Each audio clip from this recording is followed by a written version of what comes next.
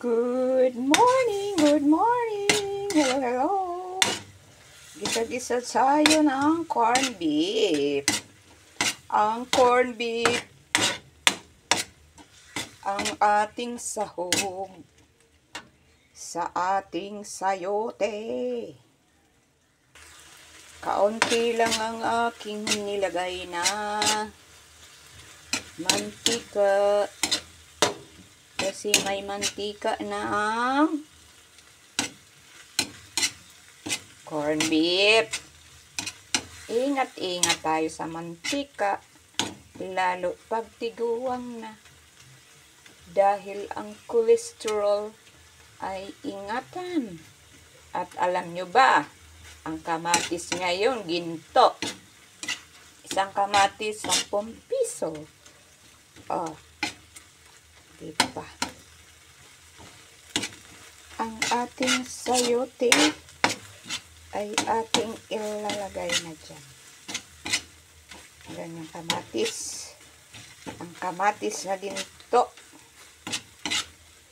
ay nandyan na. Durog na. Lutong-luto na. Para hindi mapanis agad. Lalo pag tag-araw, madaling mapanis ang mga pagkain. Lutuing mabuti ang kamatis. Nilagay ko na ang sayote. Kasi mahirap man bagang maglagay ng sayoting may hawak-hawak ang camera. Ayan, natunog na nga. Lagyan konting tubig. Kunti lang. Kaunti muna. Kasi pag dinamihan mo ang tubig niyan, hindi mag-a-absorb yung lasa agad ng corned beef sa gulay. Kailangan isangkot siya mo siya dyan ng medyo matagal-tagal baga. Zoom natin yan para hindi masyadong madikit ang ating camera sa init. Kasi mamaya sabihin ng camera, mainit na siya. Pwede matigil na ang pagbibideo natin yan. Pagka mainit ng camera, sumusuko yan sa init eh. Sabihin yan, overheated. O hindi matatapos ang ating gisa-gisa. Kaya kailangan i-zoom. Zoom, zoom, zoom. Zumba, zumba. Pag may time. Lagyan ko na yan ng pampalasa, ng pamintang durog. Para masarap siya. Teka lang, kukuha akong asin. Ayan, nilagyan ko na siya ng asin. Pangit ang sayote pag sobrang luto. Dapat yan pag kinain mo, medyo may lutong-lutong pa. Ang dami naman ng isang corned beef sa isang sayote. Kaya binawasan ko yan. Binawasan ko yung corned beef. Para may pang-ulam na walang gulay. Corned beef lang, walang gulay. Di ba masarap yun? Minsan masarap yun eh. May kinakain-kain kang gulay, may kinakain-kain kang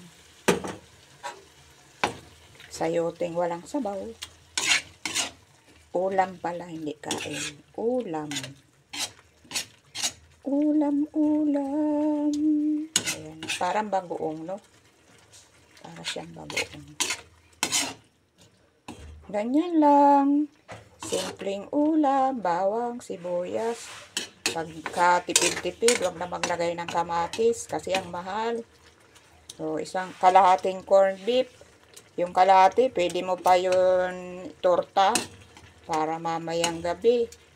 Kaya yung mga may anak dyan na ayaw ang bata ng gulay, torta nyo yung kalahati ng corned beef sa itlog.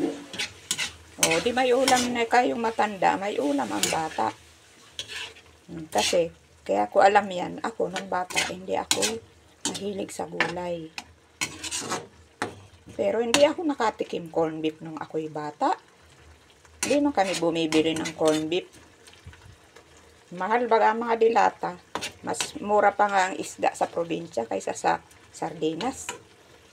At makakahingi ka pa ng isda sa mangingisda. Pero ang sardinas, di mo yan mahingi sa tindahan. Oh, sige nga. Ay, nako, inday. Ayan, luto na yan mga inday. Ano? Pero hindi pa. Medyo matigas pa siya. Kaya, simpleng buhay, simpleng ulam, matutong mamaluktot sa maliit na kumot. O, yung nakakaluwag-luwag dyan, bahala kayo sa buhay niyo. Kung anong gusto nyong masasarap na ulam. Basta kami, sama na sa amin ng ganito. Mayroon akong biniling pipino, nilagyan kong pulang itlog, tsaka ng sibuyas, paminta, at tsaka may papayang bigay dyan. O diba? Hindi lang simple ang ating ulam. Dahil may kapartner na dessert. Yan ang ating masarap na ulam for today. Ayan na, naluto na ang ating corned beef at sayote. Umuusok-usok pa. Ayan yung inalis kong corned beef. Sobra namang marami ang isang corned beef sa isang sayote. Ayun naman yung pipino. May pulang itlog, may puting itlog.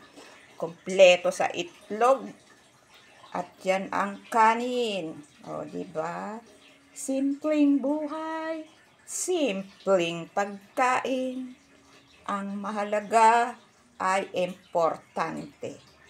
Kaya kain na tayo. Mga kaibigan, mga kalalabs, thank you very much sa pag-nonood ng aking video. Bye!